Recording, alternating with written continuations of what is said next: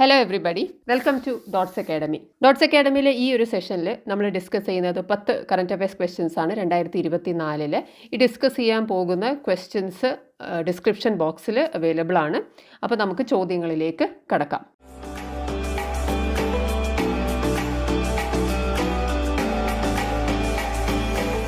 ആദ്യത്തെ ചോദ്യം എന്താണ്? When is world NGO day celebrated annually? So world NGO day എപ്പോഴാണെന്നാണ് ചോദ്യം. എപ്പോഴാണ് വരുന്നത്? വേൾഡ് NGO ഡേ എല്ലാ വർഷവും സെലിബ്രേറ്റ് ചെയ്യുന്നത് ഫെബ്രുവരി 27 ഫെബ്രുവരി 27 ആണ് വേൾഡ് NGO ഡേ എന്ന് പറയുന്നത്.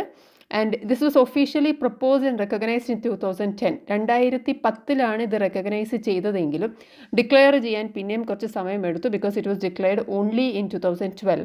അത് കഴിഞ്ഞ് ഫസ്റ്റ് ടൈം ഇത് മാർക്ക് ചെയ്തത് അഥവാ ഇത് ഒബ്സർവ് ചെയ്തത് 2014 and it was marked by UN, United Nations, European Union, Nordic Council leaders and international organizations.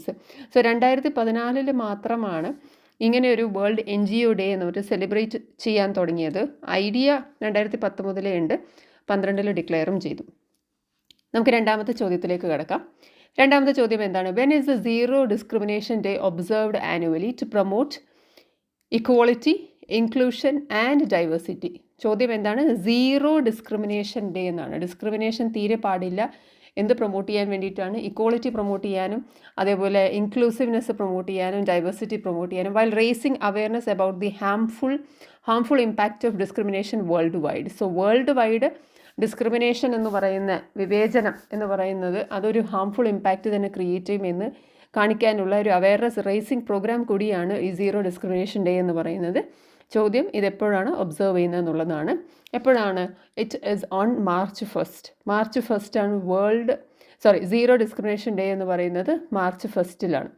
Additional points നോക്കുക. The day was first celebrated on March 1, 2014. 2014 ഇതിൻ്റെ തുടക്കം വരുന്നത്.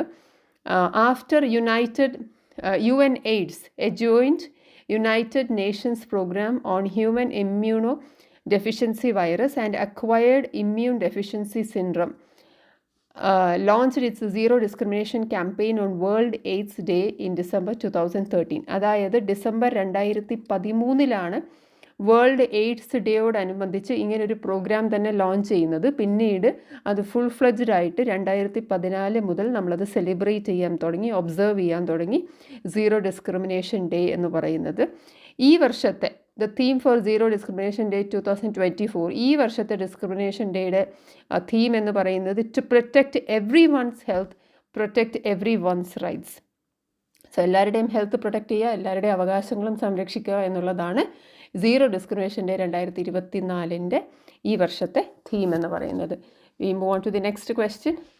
Third one, what is the theme chosen for the world day of social justice 2024? So ഈ പ്രാവശ്യത്തെ ക്വസ്റ്റ്യൻസിലെല്ലാം തന്നെ കൂടുതൽ നമ്മൾ days ആണ് കാണുന്നത്, വേൾഡ് ഡേയ്സ് ആണ് കാണുന്നത്. നമുക്ക് നോക്കാം. What is the theme chosen for the world day of social justice 2024? So world ഡേയുടെ തീം നമുക്ക് നോക്കാം. അതിന് മുമ്പ് world day of social justice എന്ന് പറയുന്നത് ഫെബ്രുവരി 20. നമ്മൾ ഇതിന് മുമ്പ് കുറച്ച് ഡേയ്സ് കണ്ടിട്ടുണ്ടായിരുന്നു. ഏതൊക്കെയാണെന്ന് ഓർക്കുന്നുണ്ടോ? മാർച്ച് 1 കണ്ടു, ഫെബ്രുവരി 27 കണ്ടു. February 27 world NGO day, March 1 zero discrimination day ആണ്. And then social justice day എന്ന് പറയുന്നത് ഫെബ്രുവരി 20 ആണ്.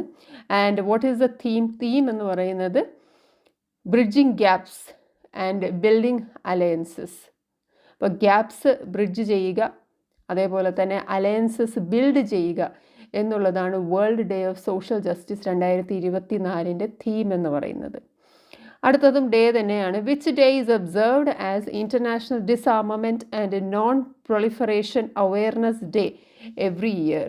സോ ഈ ഡിസ്ആർമമെൻ്റ് ആണ്, ആംസ് ഡിസാം ചെയ്യുക എന്നുള്ളതും നോൺ പ്രൊളിഫറേഷൻ അവെയർനെസ് ഡേ എല്ലാ വർഷവും ഏത് ഡേ ആണ് ഒബ്സർവ് ചെയ്യുന്നത്? ദാറ്റ് ഈസ് ഓൺ മാർച്ച് 5 ആണ്. മാർച്ച് 5 ഡിസ്ആർമമെൻറ്റ് ഡേ എന്ന് പറയുന്നത് March 5. So the day is a reminder of the ongoing threat posed by weapons of mass destruction. So mass ഡിസ്ട്രക്ഷൻ്റെ weapons നമുക്കൊരു ത്രെറ്റാണ്. ആ ത്രെറ്റിനെ കുറിച്ചിട്ടുള്ള റിമൈൻഡറും അതിൻ്റെ ഒരു അവെയർനെസ്സുമാണ് ഈ ഡേ കൊണ്ട് ഉദ്ദേശിക്കുന്നത്. Next question is again same thing. What was the theme of the international day of disarmament and non proliferation awareness day 2024? So day നമുക്ക് മനസ്സിലായി, മാർച്ച് 5-ാം തീയതിയാണ് ഡിസാർമമെൻറ്റ് ഡേ എങ്കിൽ തീം എന്താണെന്നാണ് അടുത്ത ചോദ്യം വരുന്നത്. തീം എന്താണ്? The way forward. എങ്ങനെ മുന്നോട്ട് പോകണം, എന്താണ് ഇതിനുള്ള പരിഹാരം എന്നുള്ളതാണ്. സോ ദ വേ ഫോർവേഡ് ഏത് വേ ആണ്? ഡിസാർമമെൻറ്റിൻ്റെ വേ ആണ്. എവിടെയാണ് നമ്മൾ ഗ്യാപ്പൊക്കെ ബ്രിഡ്ജ് ചെയ്യാൻ പോകുന്നത്? സോഷ്യൽ ജസ്റ്റിസിൻ്റെ ഗ്യാപ്പാണ് ബ്രിഡ്ജ് ചെയ്യാൻ പോകുന്നത്. അതേപോലെ തന്നെ നേരത്തെ നമ്മൾ പഠിച്ചത് എന്താണ്? ഹെൽത്ത് പ്രൊട്ടക്റ്റ് ചെയ്യാനും അവകാശം പ്രൊട്ടക്റ്റ് ചെയ്യുന്നതും ഏതിൻ്റെ ഡേയിലാണ് നമ്മൾ പറഞ്ഞിട്ടുണ്ടായിരുന്നത്? മാർച്ച് 1-ാം തീയതിയാണ് സീറോ ഡിസ്ക്രിമിനേഷൻ ഡേ ആണ്. അപ്പോൾ എല്ലാ ഡേയ്സും നമ്മൾ ഓർത്ത് വയ്ക്കുക. പഠിക്കുമ്പോൾ കമ്പയർ ചെയ്ത് പഠിക്കുവാണെങ്കിൽ കുറച്ചും കൂടി എളുപ്പമായിരിക്കും. എല്ലാ ദിവസത്തിൻ്റെയും ഇമ്പോർട്ടൻറ്റ് ഡേയ്സിൻ്റെയും തീം എടുത്തൊരു ചാർട്ട് പോലെ പഠിക്കുവാണെങ്കിൽ that will be very simple, ഓർത്ത് വയ്ക്കാൻ എളുപ്പമായിരിക്കും. 6-ാമത്തെ ചോദ്യം നമുക്ക് നോക്കാം. Name India's indigenously developed air defence missile system. Indigenously developed ആണ്, ഇൻഹൗസ് ഡെവലപ്പ് ചെയ്തതാണ്. Which was fired for the first time during the Vayu Shakti exercise in Rajasthan. So Vayu Shakti exercise രാജസ്ഥാനിൽ നടത്തിയ സമയത്ത് നമ്മൾ തന്നെ ഡെവലപ്പ് ചെയ്ത air defence missile system fire ചെയ്തിട്ടുണ്ടായിരുന്നു. ആദ്യമായിട്ടാണ് അങ്ങനെ ഒന്ന് ഫയർ ചെയ്യുന്നത്.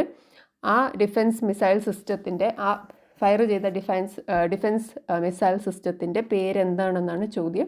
ഉത്തരം എന്താണ്? സമർ. സമർ എന്നാണ് ഈ പറയുന്ന ഡിഫെൻസ് മിസൈൽ സിസ്റ്റത്തിൻ്റെ പേര്. സമർ എന്ന് പറഞ്ഞാൽ എന്താണ്?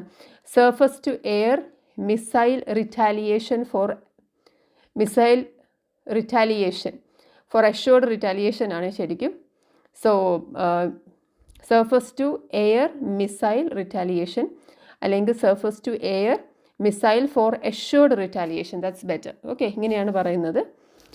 Surface to air missile for assured retaliation ആണ് സമർ എന്ന് പറയുന്നത്. ഉറപ്പായിട്ടും തിരിച്ചടിക്കും, assured retaliation, right. Surface to air മിസൈലാണ് സമർ എന്ന് പറയുന്നത്, അതും ഓർത്ത് വയ്ക്കുക.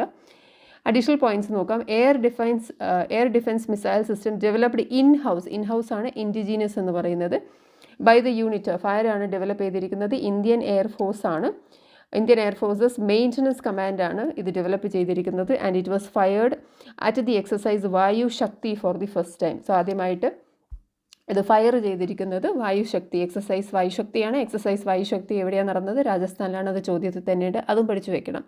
എന്നാൽ ഇത് ആദ്യമായിട്ട് ഷോക്കേസ് ചെയ്തത് എയ്റോ ഇന്ത്യ 2023-ലാണ് ഇത് ആദ്യമായിട്ട് ഷോക്കേസ് ചെയ്തത്, ഫയർ ചെയ്യുന്നത്. പക്ഷേ ഈ വായുശക്തി എക്സസൈസിൻ്റെ സമയത്താണ്. വേറൊരു കാര്യം ശ്രദ്ധിക്കുക, 2023 ഡിസംബർ 2023 ഇത് ടെസ്റ്റ് ഫയർ ചെയ്തിട്ടുണ്ടായിരുന്നു. ആ ടെസ്റ്റ് ഫയർ ചെയ്തത് എക്സസൈസ് അസ്ത്രശക്തിയുടെ സമയത്താണ് ടെസ്റ്റ് ഫയർ ചെയ്തത്.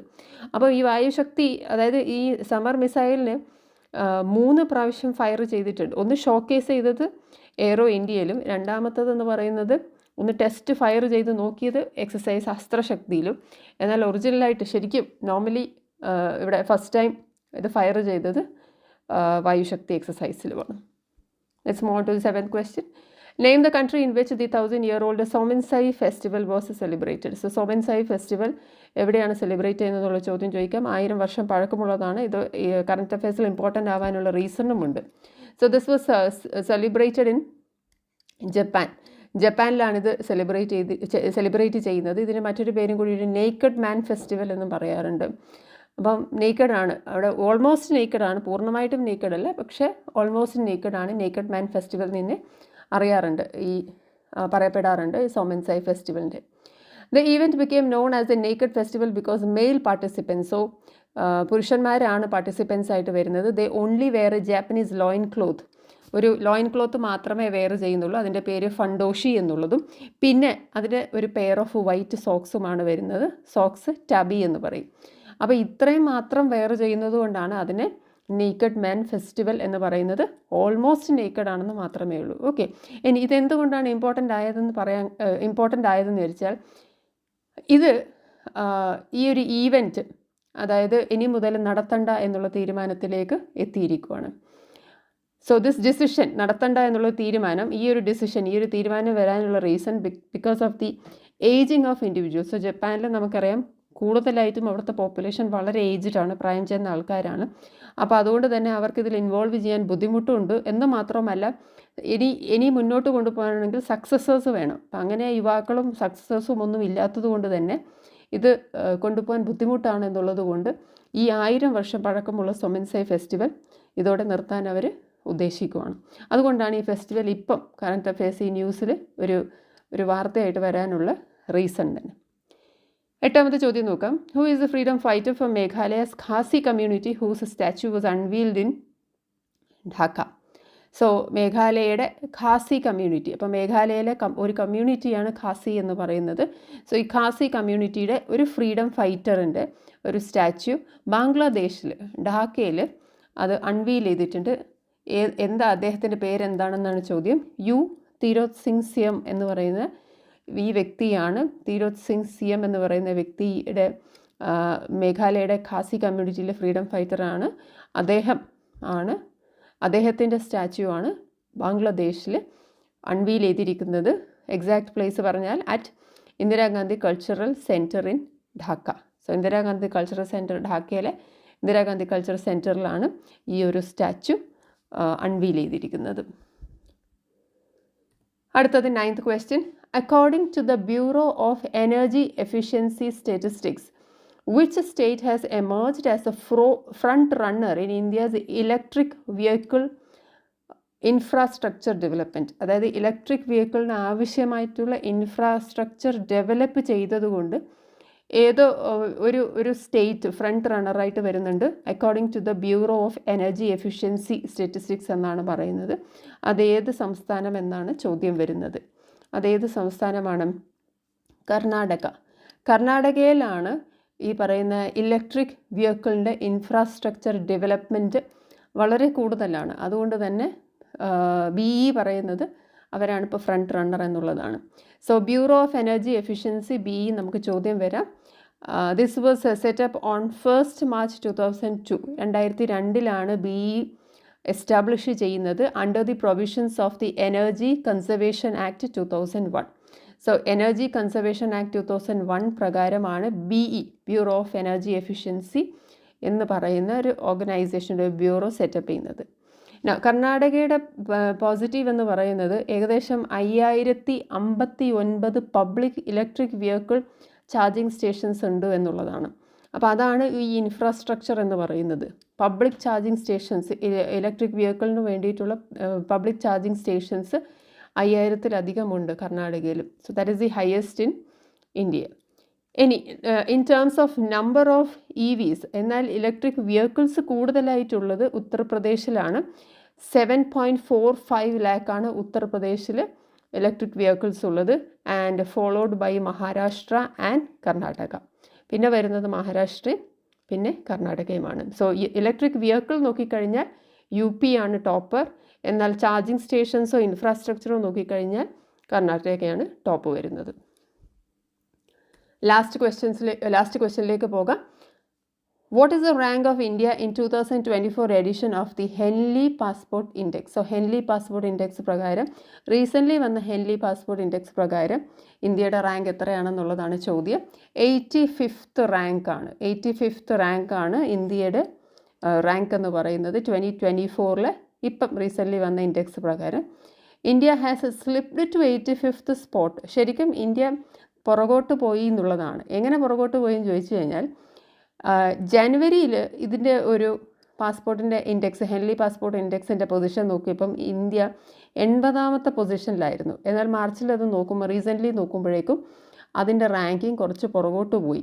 സോ 2024 ഓപ്പൺ ചെയ്ത സമയത്ത്, പുതുവർഷം തുടങ്ങിയ സമയമായപ്പോഴേക്കും 80th പൊസിഷനിലായിരുന്നു. പിന്നീട് ഇന്ത്യ 85th സ്പോട്ടിലേക്ക് താഴോട്ട് പോയി എന്നുള്ളതാണ്. ഈ ഹെൻലി പാസ്പോർട്ട് ഇൻഡെക്സിൻ്റെ പ്രത്യേകത എന്ന് പറയുന്നത് ഇറ്റ് ഈസ് അപ്ഡേറ്റഡ് മന്ത്ലിയാണ്. വർഷത്തിലല്ല അപ്ഡേറ്റ് ചെയ്യുന്നത്, മന്ത്ലി അപ്ഡേറ്റ് ചെയ്യുന്നതാണ് ഹെൻലി പാസ്പോർട്ട് ഇൻഡെക്സ്. അപ്പോൾ നമുക്കൊരു കണ്ണ് എപ്പോഴും ഈ ഹെൻലി പാസ്പോർട്ട് ഇൻഡെക്സിൽ വേണം, കാരണം മന്ത്ലി അപ്ഡേഷനാണ്. ആൻഡ് ശ്രദ്ധിക്കുക, the most powerful passports in the world now allow citizens of France, Germany, Italy, Spain, Japan and Singapore. അതായത് ഏറ്റവും ശക്തമായ പാസ്പോർട്ട്സ് എന്ന് പറയുന്നത് ഈ കിടക്കുന്ന 6 രാജ്യങ്ങൾക്കാണ്. ഒരു രാജ്യത്തിനായിട്ടല്ല, 6 രാജ്യങ്ങൾക്കും ഉണ്ട്. France, Germany, Italy, Spain, Japan and Singapore. അതായത് യൂറോപ്യൻ യൂണിയനിൽ തന്നെ നമുക്ക് 4 രാജ്യങ്ങൾ കാണാൻ പറ്റും. ഫ്രാൻസ്, ജർമ്മനിയും ഇറ്റലിയും and Spain. And apart from that we have got Japan and Singapore. ഇവരുടെ പ്രത്യേകത എന്ന് പറഞ്ഞാൽ 227 194 രാജ്യങ്ങളിലേക്ക് ഡെസ്റ്റിനേഷൻസിലേക്ക് വേൾഡ് വൈഡ് ട്രാവൽ ചെയ്യാം വിത്തൗട്ട് എ വീസ. ഒരു വീസ ഇല്ലാതെ ഈ പറയുന്ന രാജ്യങ്ങളിലേക്കെല്ലാം തന്നെ യാത്ര ചെയ്യാം എന്നുള്ളതാണ് ഈ പാസ്പോർട്ട് ഹോൾഡേഴ്സിൻ്റെ പ്രത്യേകത. സോ ഹെൻലി പാസ്പോർട്ട് ഇൻഡെക്സിൽ ടോപ്പ് സ്പോട്ട് ഓക്യുപ്പൈ ചെയ്യുന്ന ഒരു പാസ്പോർട്ടുള്ള ഒരു പൗരന് പല രാജ്യങ്ങളിലേക്കും ഒരുപാട് രാജ്യങ്ങളിലേക്ക് യാത്ര ചെയ്യാം എന്നുള്ളതാണ് without the requirements of A visa. Okay, അപ്പോൾ ഇതാണ് നമ്മുടെ 10 ചോദ്യങ്ങൾ. 2024 ബേസ് ചെയ്തിട്ടുള്ള ചോദ്യങ്ങളാണ്. വീണ്ടും ഇതേപോലെ തന്നെ ഇൻട്രസ്റ്റിംഗ് ആയിട്ടുള്ള ക്വസ്റ്റ്യൻസ് ആയിട്ട് നമ്മൾ വരുന്നതായിരിക്കും.